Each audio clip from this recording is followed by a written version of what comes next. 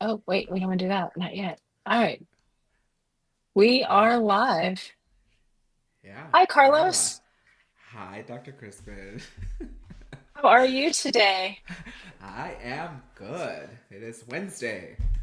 It is Wednesday. Welcome to Premed office hours. I don't know what the number is, but it is the end of March. So the last Y- office hours in March. That is true. March 26th. Yes. It's gone by quickly. Oh, yeah. Yeah. Part of me is like, slow down because my youngin turns 9 next week, and the other part is like, speed it up a little bit and Yeah? get going. Celebration or just keeping it low key this year? I feel like we're celebrating the entire month. Okay. We're doing a birthday party with his friends on Sunday at this place called Sky Zone, where they get to go Oh, into bouncy trampoline stuff. yeah. The weekend after that is the family birthday party with my family, and then the week after that, we're going to San Francisco. Mm, So all it's right. a month-long celebration for the kid. All right. Yeah, Sounds like an exciting month. I think so. Yeah. All right. Welcome to our guests who are joining us. Carlos and I are going to be your cruise directors for the next 45, 50 minutes or Definitely. so. Yeah. Put your So, questions and comments and we'll yeah. get to answer them.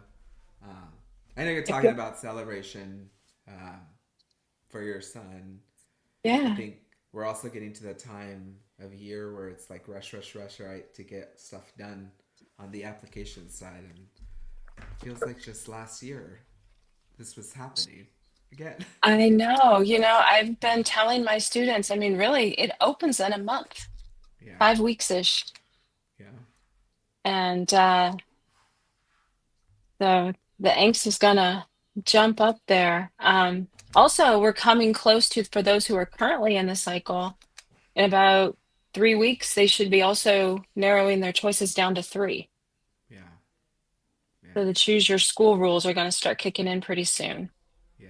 We're also getting a lot of questions about reapplicant, right? Those that are sitting out there waitlisted, waiting Hmm. for responses. What's the strategy? And I think the strategy is you should be considering reapplying if this is the passion that you are interested in pursuing.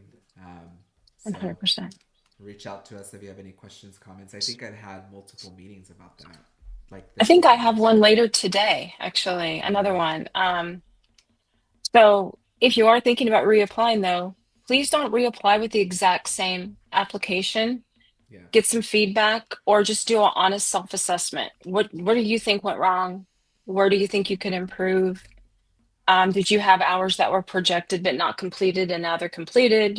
Start assessing Yeah. that situation so you don't end up here a year later. Yeah. I've actually met with a couple people that have been multiple reapplies. So this is like the third, fourth time interested in continuing to pursue, right, to get into medicine. And Yeah, it's how do you craft an application and continue to enhance your application to demonstrate that you're interested in this path? Uh, so yeah, fascinating time. good times. This is like the convergence of the two cycles. They're starting to like Yeah. merge for the next couple Yeah. months. We'll be closing and opening the cycle situations. Yeah. Definitely. Let's see All if we right, have any comments. we do. So it looks like we can hover over it and show. Hey. Yeah. All right, Tina, thanks for your questions. Would a PCT CNA be a good clinical experience even if it's a nursing job? I Carlos, mean, you I think wanna tag it it? is, right? It's a clinical experience. You're trying to get the most out of it. Even if a nurse, right? You get to see doctors in action and you get to see what's happening the day ins, day outs, treating patients. So definitely, it's a good clinical experience, especially now. It's very hard to come by clinical experiences in general. Like when you find Mhm. it, hold on to it, take advantage of it. So it's super important. Yeah, you're going to be providing care to patients. I mean, that's kind of rule number one. If this is not what you like in terms of providing care to patients, time to think about, is this the right career for you? But yeah, definitely. What's poppin' party people? Yeah. All right, thanks, Tina. Here's a another question. Yeah. How do you Would feel you report shadowing? shadowing on the application as one experience or multiple different experiences? I generally would group them if possible, because if you've shadowed 8 different physicians, that's half of your opportunity to talk about it in your application. So given that AMCAS really does limit you to 15, if you have multiple experiences, just for sake of having opportunities to write about other things, you probably need to group them. Yeah. Carlos, do Unless, you like, yeah, go ahead. unless No, what? I was just No, go saying, ahead. unless to your point, right? Like there is potential to maybe separate them, um, but Yeah. it's just all about strategy of how many activities you're using. Yep. I was going to ask you, if somebody writes multiple experiences, do you like it when they bullet point it, or do you like that they write some sort of a narrative? I think it depends. I've seen both. I think when it's I have to. extensive, like the bullet points are okay. I think for shadowing, if this is one of your big clinical um, components, I would say I would recommend you write it out, right? Especially if you don't have other clinical, Yep. again, to tie in together. So it just depends. Again, strategy for each applicant. Yep. I agree. If you're going to write a narrative, what I don't want to see is like, I shadowed a rheumatologist and he showed me this. I shadowed Dr. Smith and they showed me that. I Yeah. would like just a global summary of the learning and the takeaway rather than an individual breakdown. Just FYI. All right. Yeah. Welcome, Michael. What's poppin', party people? We're planning birthday parties in my life, so it is a party house. We're planning applications. So Yes. All right, here's our next question. So I did clinical research for only about 60, 70 hours across 3 months. Completed my work and received authorship on publication. Should I work in another research lab during my gap year? Okay, Julius, I feel like I need a lot more information to effectively answer this question. yeah. Um, I mean, it's great that you have a publication. Um, I don't know if you're still in this lab, if this lab is continue doing research, if you still have opportunities to work with them. I don't love that you kind of one and done it in 3 months and left. That's a little quick. And if you continue jumping around, that may raise a red flag or two. Um, if you want to do research and you feel that you need research, by all means, yes, do that in a gap year. But you need to assess other potential gaps you have in your application, I would guess, clinical, whatever else. So that is a possibility. Carlos, do you have anything to Yeah. add to that? Yeah, I just think the question of should I work in another research lab during my gap year, it's dependent on if you enjoy research. Like that's my go-to sometimes response of why would you do something that you're just not enjoying? Like I would Right. never put myself in that position. And again, right, some people are like, I need to find a job during my gap year because I need to support myself. And if you can find a job that also gives you the research experience, it's a great opportunity. I think take advantage of it Right. for sure. I agree. Um, all right. Hello, Swaggy B. Thoughts on doing an SMP at an MD school like Boston U with no linkage, or a DO school like PCOM with linkage? I like that. How much would an SMP like Boston U help my absent journal with 3.5 GPA and a low MCAT? I'm looking here as two separate questions because I'm Yeah. almost feeling like you're placing value on the on the name, right? The prestige of Boston U. Like, how does that help you? Because I think in general, if you're doing any SMP and you're trying to boost your academics and then retake the MCAT in hopes that you get a higher score, it's good for you in general, right? For your application. But Yep. if you're banking on the name to help you or banking on the name to then say like, oh, even if I don't, but I took this SMP, I mean, I don't think you're then truthfully interested in doing a master's program, right? You're just trying to get into a prestigious institution to have it on your application. Linkage or no linkage, it's up to you, right? If there's a commitment on the back end of like, if you do this, you must stay here, then do it. If you're like, no, I want to free reign of whatever I want to do after the SMP, then do it with no linkage. It's just, it depends. Yeah. I think you can be successful out of either program, Yep. full stop. Um, Mm-hmm. so yeah, I agree. All right. Let's see.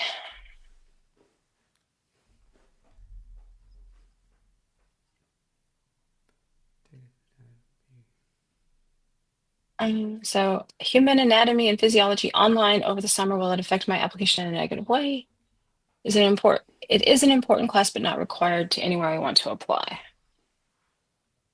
So, Ben, my instinct is it probably won't negatively impact you because, as you correctly point out, it's not a requirement.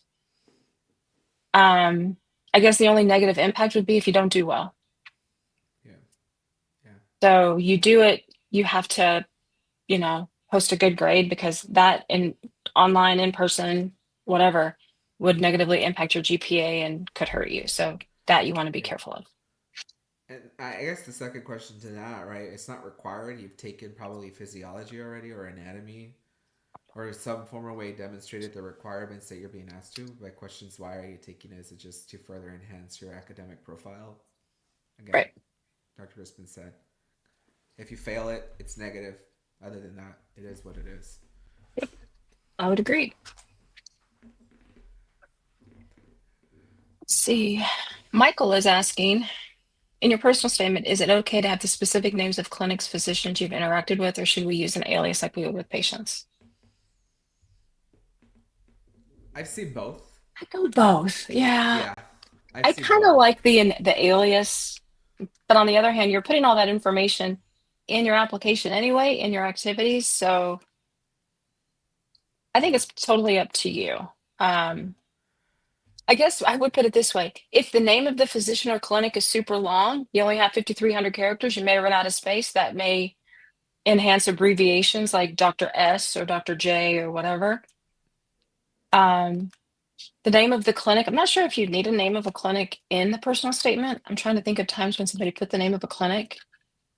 I've seen it, but it's just in like volunteer Yeah, at this clinic. It's not yeah. specifics. But So you yeah, can. I don't think it's bad because it's in your application in other spots, I would presume. I wouldn't overthink it. yep. We're like powering through these questions. Mm-hmm. Um, And clinical laboratory testing sufficient for clinical experience for a medical school application. I need more info. Yes, Cheyenne, if you can detail out what is a clinical laboratory testing? Are you in the back in the lab running blood tests or running some other test? Maybe, maybe not, but Cheyenne, if you give us more detail, we'll come back to you because I don't know how to answer that one yet. Yeah. Yeah. Um, Tino, how do you feel when you read a personal statement that starts with a medical emergency? And what other ways would you start a personal statement? Tino, if the medical emergency is kind of part and parcel to why you want to be a doctor, like something dramatic happened to you or to a member of your family or friends that you feel really kind of launched your journey into going into medicine, I could feel positive about it. I mean, as much as you can about a medical emergency, it could be a good lead in.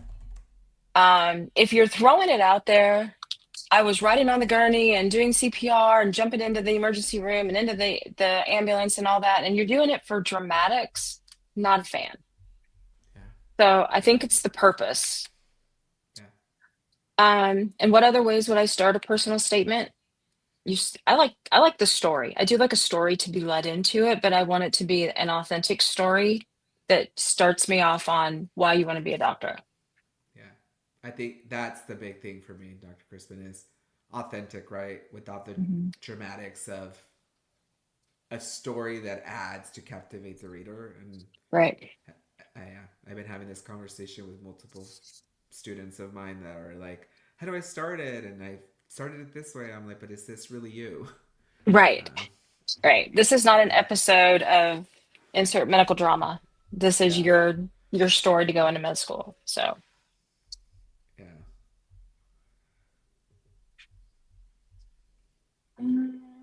Let's see. Lee Den.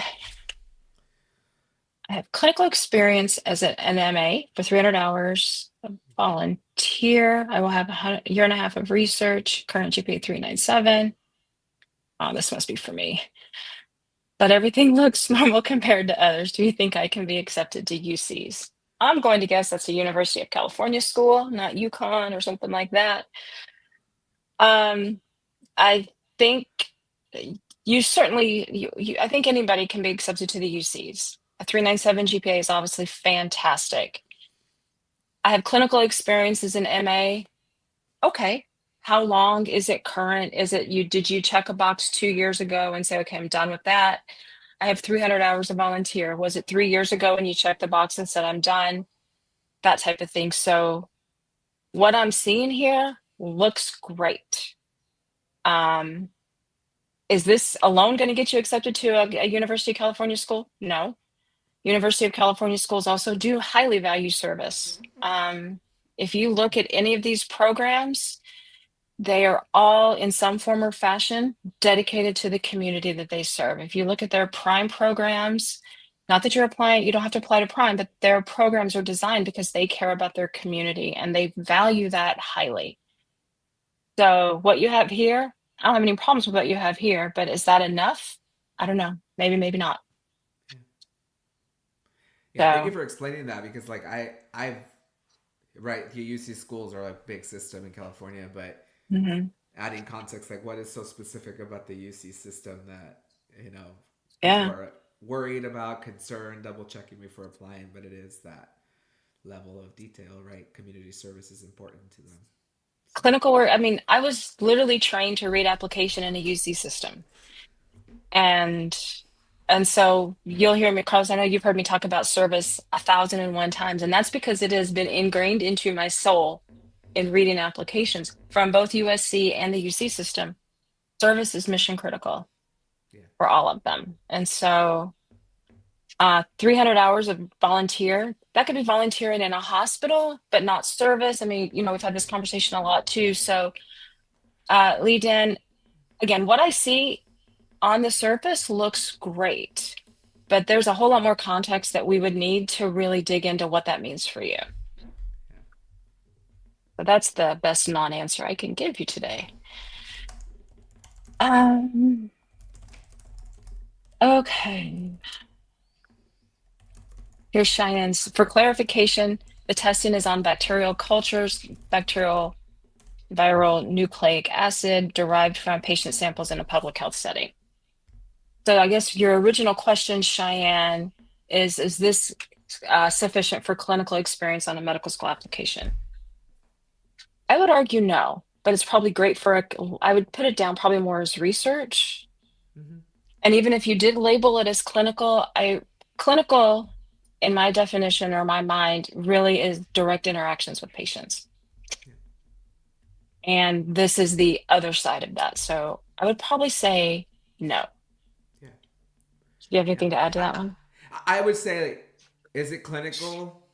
Yeah, in the general context, it's happening in a clinical setting, but directly related to the application to medical school, that's not specific what they're looking for. But if you have other things and you want to list this as clinical as well, I would say definitely. But as alone, standalone, like look at what I've done, I hope to get into medical school, it's not sufficient.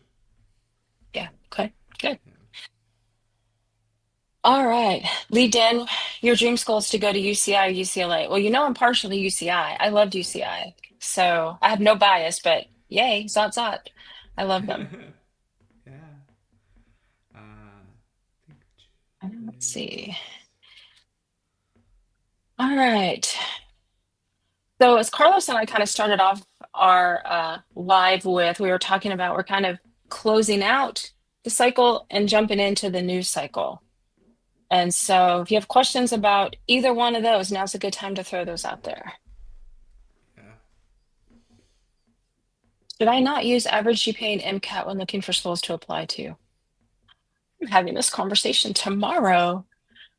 Um, Honestly, there has to be some reality checks to your to your school list. And so reality checks will come through probably more the MCAT than the GPA, because I feel like every school has a very similar GPA, MDDO. It's plus or minus a tenth of a percentage point. So I just Yeah, don't place too much value in that. yeah, But I think we have to have some reality checks, but it can't be your only factor. yeah. What are your thoughts on that, Carlos?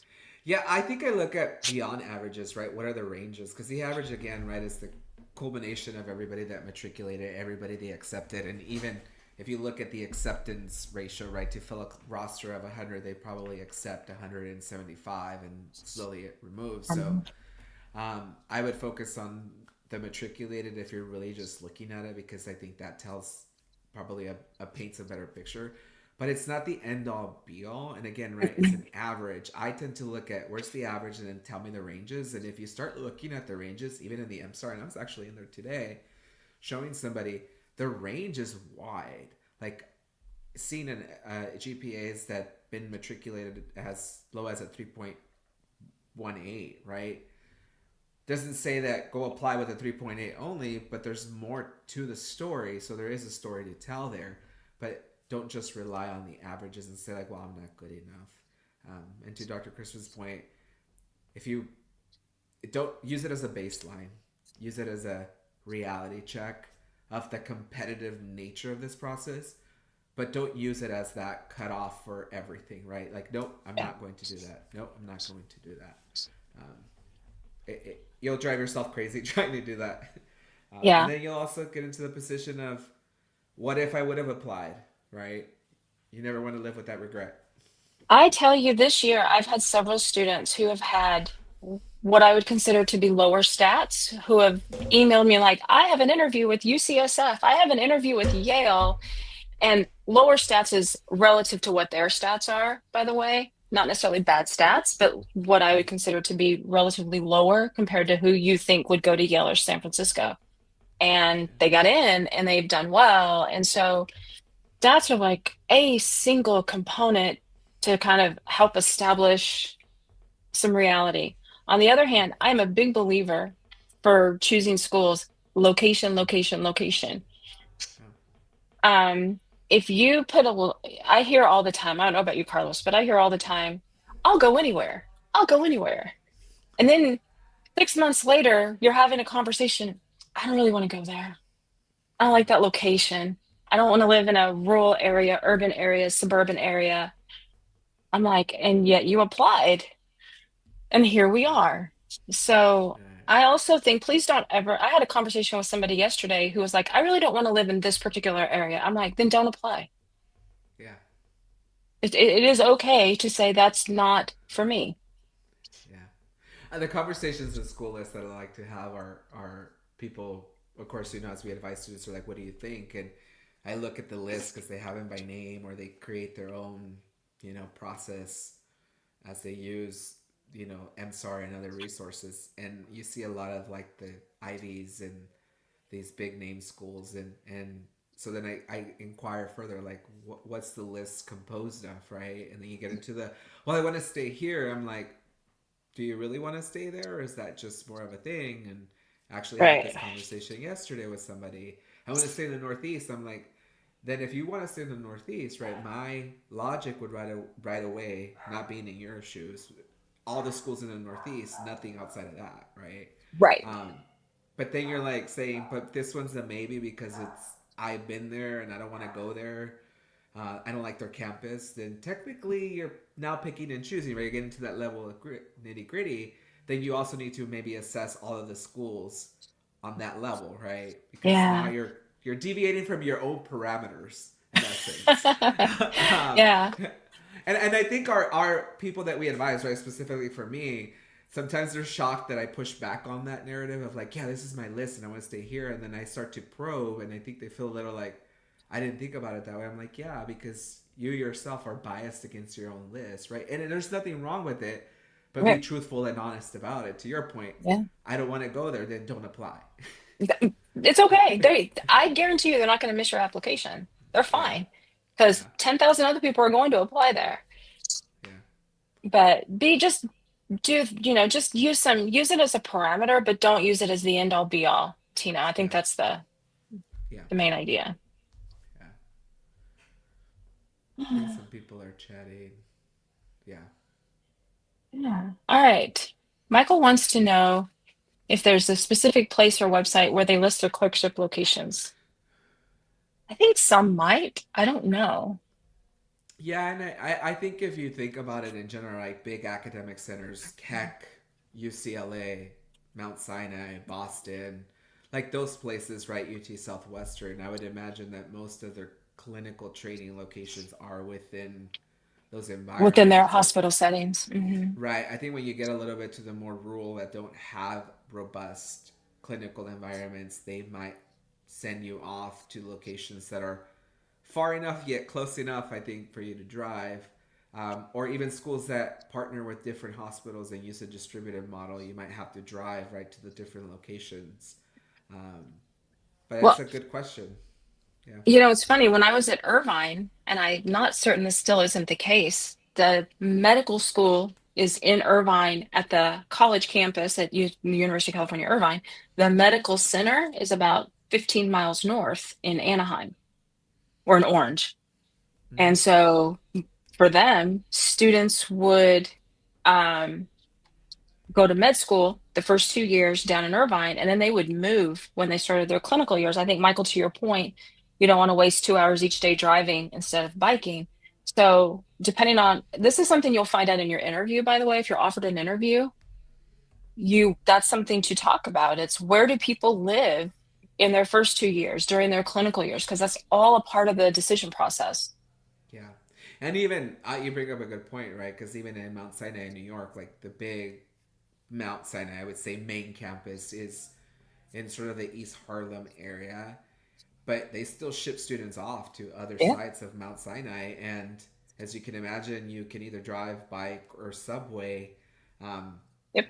but where you live, you probably live closer to campus. But then when you transition to the clinical environment, unfortunately, the capacities are spread out. And so they ship students off to different locations. So you're just going to have to figure it out.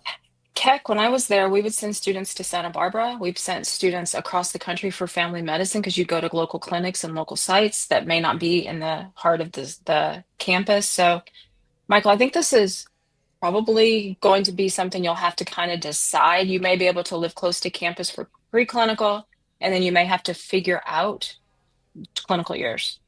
Yeah. Good question to ask each individual school. All right. How do I Science sell GPA. myself? Yeah, when science GPA is higher than the average GPA, how do I sell myself on the application? You don't. You tell your story and then let Yep. them make the decision. Yep. Um, you can't paint yourself to be somebody you're not, right? Like, how do you sell this? Like, I don't even know where I would start in my mind. Um, I don't like that phrase very much anyway. I don't think you need to sell yourself. I just think yeah, you tell your story. your story. There's more to you than the GPA. Yep. Let it speak for itself. But yeah, it's interesting. Agreed. Yeah. Uh, Tino and Michael are keeping us going. Thanks, Yeah. guys. Yeah. Do state schools give priority to in-state graduates and applicants? I'm looking and talking more about Florida because Florida has so many schools. Yes, some do. Yeah. And Florida happens to be one of them. Yeah. I think most state schools are bound by policies and regulations at the state level. That's the reason they receive funding. Because I know specifically in Texas, Yeah. another big state, right, that produces a lot of pre health students, very little medical school spots within the state, that there is a legal requirement or whatever you might call it, policy requirement that students have to be from the state, and then they can admit certain amount of out of state students. But same for probably California, right? No, it's not as It's not UCLA, San Francisco, they take a lot of out-of-state residents. So okay. that's not California's a little, there are some schools in California that are very focused on their own state, but the biggies aren't. Yeah, But I was thinking Georgia, the Carolinas, a lot of the southern swath of schools, they do give preference and they're very open about it. To me, that's how I use the MSAR to be honest. The Yeah, MSTAR, my number one focus on the MSTAR is to see who gives preference in state residencies yeah, when choosing a list. I'll look at it for the numbers, but that's like the last thing I care about. I really focus on the residency requirements because they usually will tell you that information. yeah, yeah. Somebody asked, how about Texas? Yeah, Texas is one of those states that has that Hmm. some of those requirements. Um, Although not all schools in Texas, because I know as a private institution, we were not bound by state regulations. So Right. you just have to play it by ear and ask each individual school how they see out of state students. But for the most part, it's Yeah. in state preference. But I know like UW, so the University of Washington and Oregon, they will even screen secondaries based on your ties and various things. So you have to do like a pre-questionnaire to establish your ties to the state before they will consider you. So there are probably more schools than you think, but it Yeah, is by the state. You do have to check with each school that you're applying to. And that's one of the things when I look at a list, I'm like, oh, we got to check this one, we got to check this one, we got to check that one because they usually have yeah, limitations. yeah. Washington State has that agreement Yep. with the surrounding states, so that's the other thing Yes. too. Like, there's quirkinesses around the country because like Washington State is Washington, Oregon, or Yeah, the Washington. wishy type of thing. So Yeah, those northern, Pacific Northwest, Midwest schools that don't have medical schools, they've kind of done a collaboration with the yeah, local schools around them. Yep. yeah. So Idaho, Montana, the Dakotas all kind of yeah, fall into something like that. that. Hmm. Yep. Hawaii gives preference if anybody wants to go to med school in Hawaii. To Hawaii residents. Yeah. Okay, awesome. Can I use MSHQ service to help checking my personal statement essays under the EC section multiple times? I'm saving up to utilize the best. Yes, you can.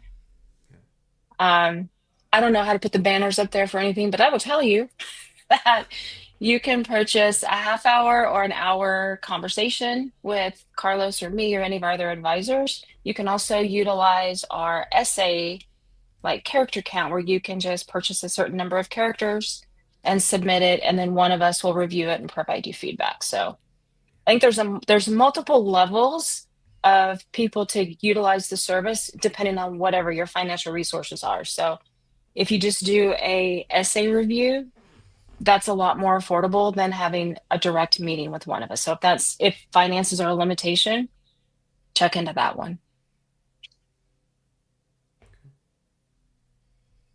Um, do schools have the priority with their own graduate applicants? Some, I think, Mm-hmm. do. Like UC Riverside used to reserve spots for half the class for Riverside graduates. So again, they kind of can do what they want to do. So not all of them will reserve priority for their own graduates. But again, if they're a state school, the likelihood is they'll reserve priority for their own state. Yeah, or they might even look at applicants from their program differently. I think uh, some institutions that have this idea that they know, it's sort of like we know the students, the quality of students we're getting, so therefore we know how to screen them differently than it's like our own, we screen differently versus outside. Right. Right. So it just varies. Yeah. All right, Matt. When do you start applying for scholarships? Is that pre-med one or something you do during medical school? I would say it's both. Um, Yeah. I think scholarships, at least in my experience, they're kind of far and few between. They're fairly limited. And so sometimes they're automatically offered based on merit or whatever financial need the school determines that you have. A lot of time it's like a retention scholarship that they really like you and they want to keep you, so they'll offer you something.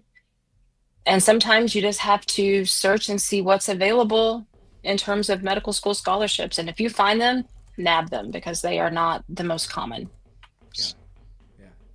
So, Definitely. Especially at third party scholarships that you found on your own or got marketed to.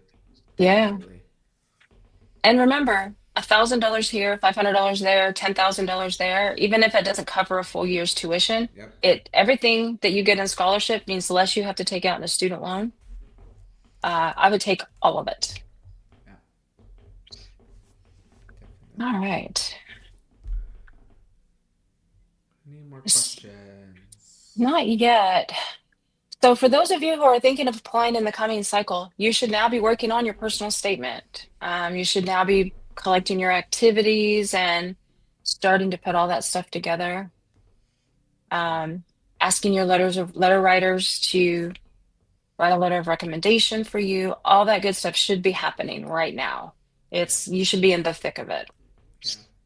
I've had advising appointments where even letter writers are asking for the personal statement to be Mm-hmm. able to craft, um, and so it's good to just get that done set so you can send it off to them, Yep. um, so they can write those Agreed. letters of recommendation for you, for sure. Totally agree.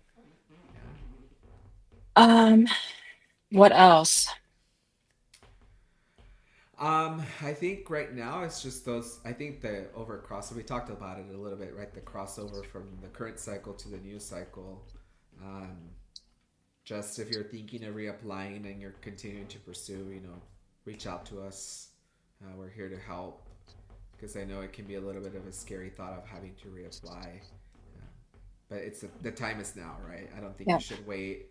Unfortunately, the official cycle doesn't end until everybody matriculates, and that's later in the summer.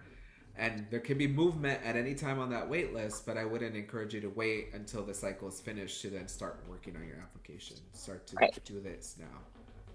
I would argue movement's going to probably start in the next 2 to 3 weeks Mm-hmm. for wait lists. Yeah. Because just if you are currently applying, April 15th is your choose your school day to narrow your choices to three. Yeah. April 30th, you narrow to one. And so between April 15th and Yeah. going forward, the the movement can happen. So start thinking about that.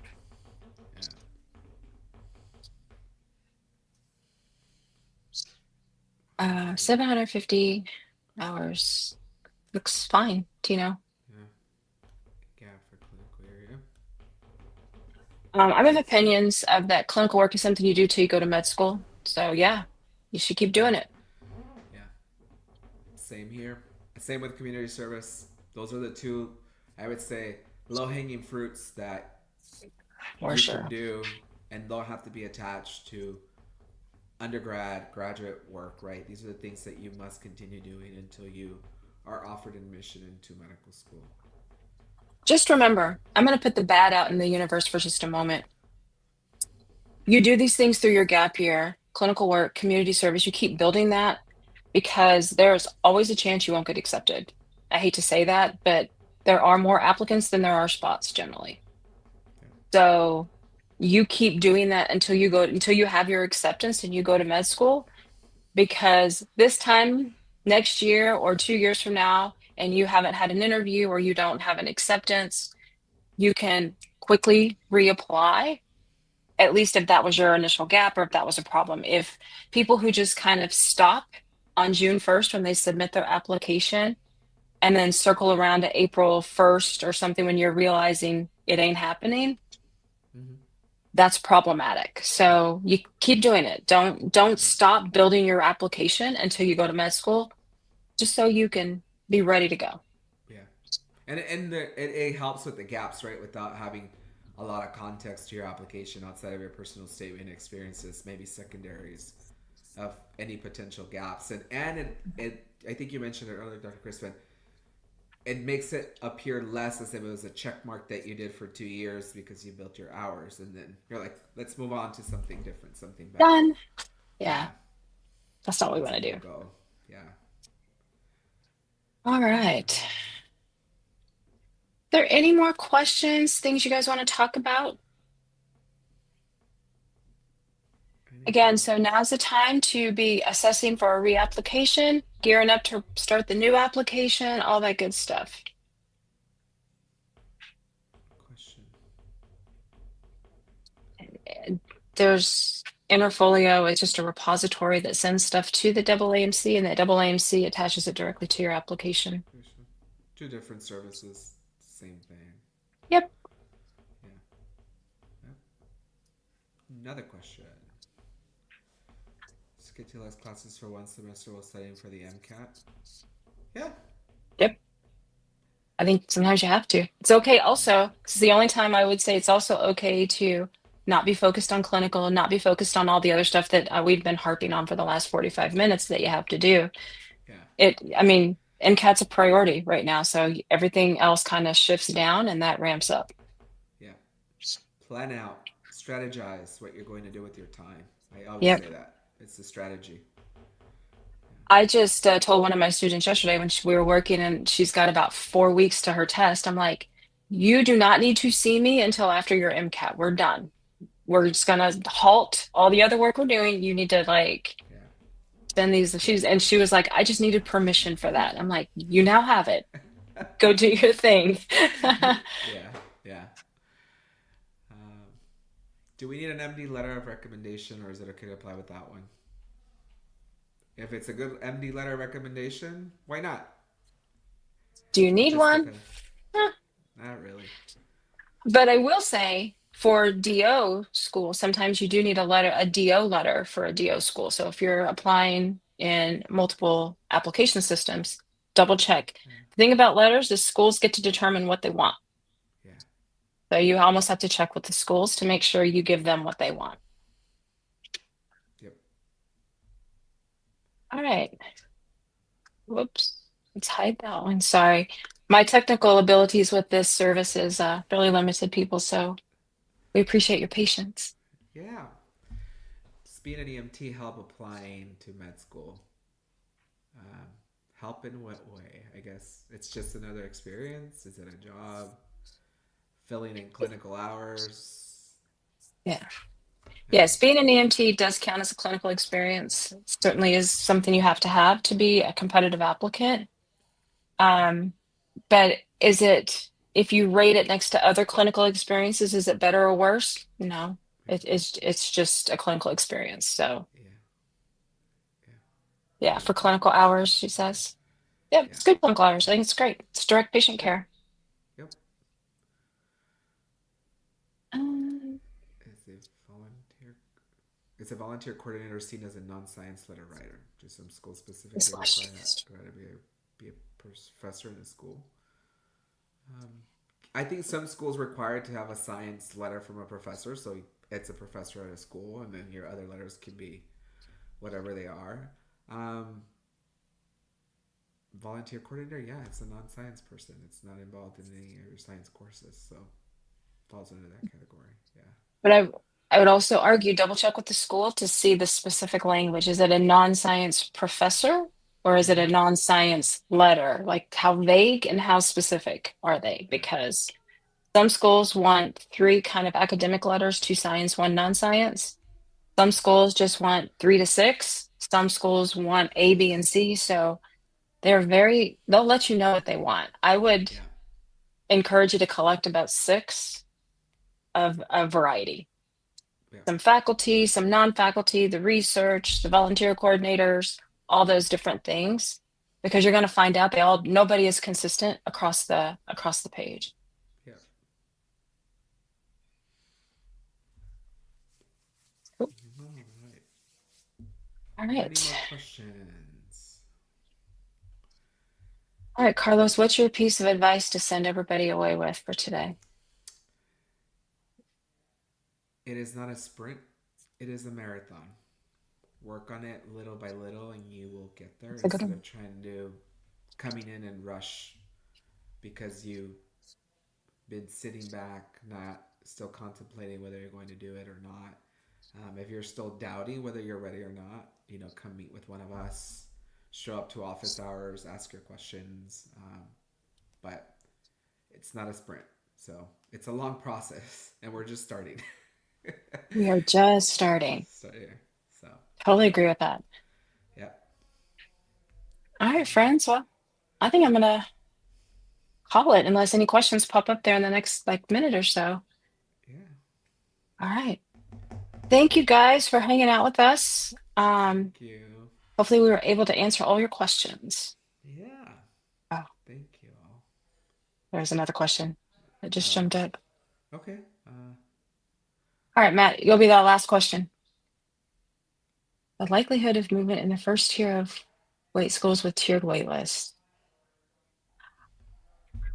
I don't think any of us can predict that, but I will argue there is going to be movement in wait lists for schools who typically pull from a wait list.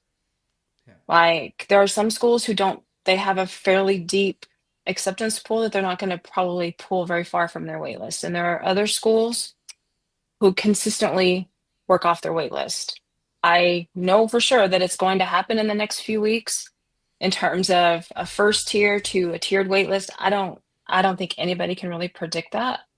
Yeah. My question is, how do you know, right? Because even when we provide a wait list, it really was an unranked wait list. But if you have that detail of information, um, good for you. How did you obtain it? Is the school being transparent with you, which is even more of a plus, right? Because schools tend Right. to hold that information.